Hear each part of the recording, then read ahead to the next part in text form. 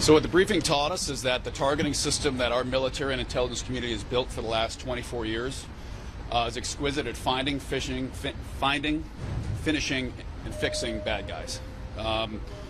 If we're going to call into question the paradigm with which we are targeting these boats, which I'll add is a very precise paradigm, throughout the Obama years, we used this targeting system to find and kill a lot of bad guys all over the world.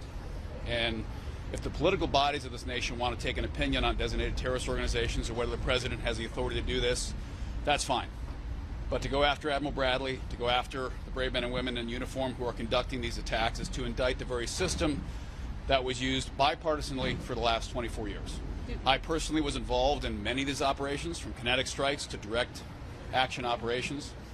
And the process we have is legally sound. It's been supported by legal opinions for a quarter century now of how we find these people, we fix them, and we finish them.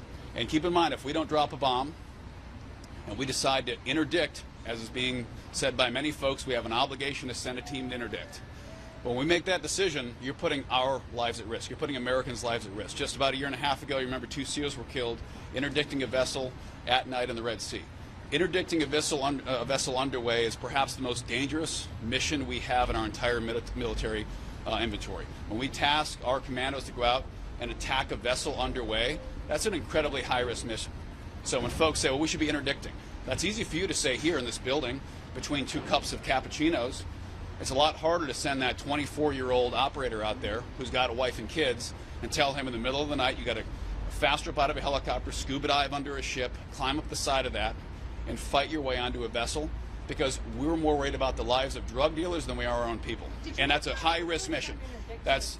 They've been doing that. Oh, you're a professional at this? So she knows how the Coast Guard interdicts vessels. This is great. The reality is interdicting a vessel is high risk, any which way you cut it. Whether you send the Coast Guard and FBI, or whether you send the Navy SEALs to do it. It's a high-risk mission.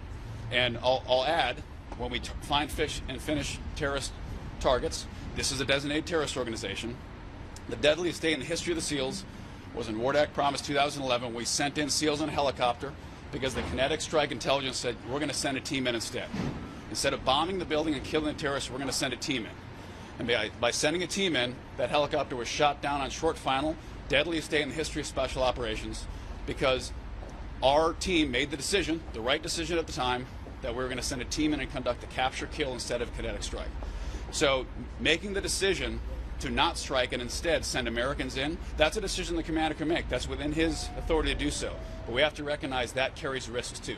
And we've been doing this for 25 years, and if we're going to question the legal process and the procedural process to target bad guys that this administration is using, then all of you better start cracking open every single Obama kinetic strike that happened over 8 years of Obama, because he was active. I deployed under all 5 of my deployments were under Barack Obama.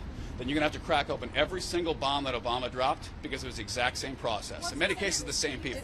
So it's about time we forget the political games. Americans do not want drugs coming to the country. We absolutely talked about Venezuela, because Venezuela is not just a drug cartel government. It's a transnational sponsor of crime.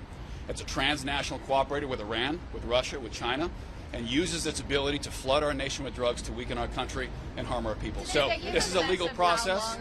The legal process supports what they're doing, and we're going to keep doing it until they're gone.